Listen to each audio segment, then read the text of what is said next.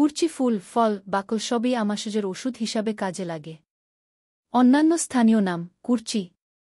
বৈজ্ঞানিক নাম: হলারহিনা অ্যান্টিডিসেন্টেরিকা। পরিবার: অ্যাফাসিনেসি।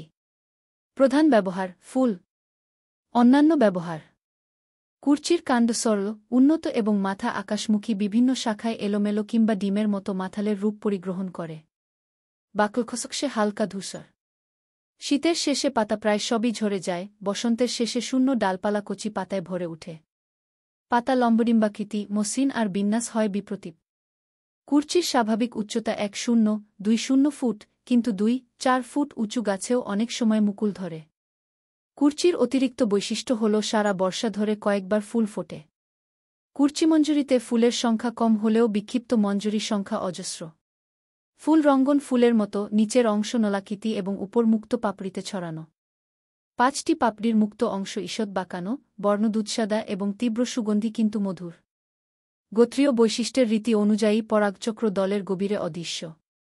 2টি গর্ভকেশর প্রায় মুক্ত এবং এজন্য একই ফুল থেকে 2টি ফল জন্মে।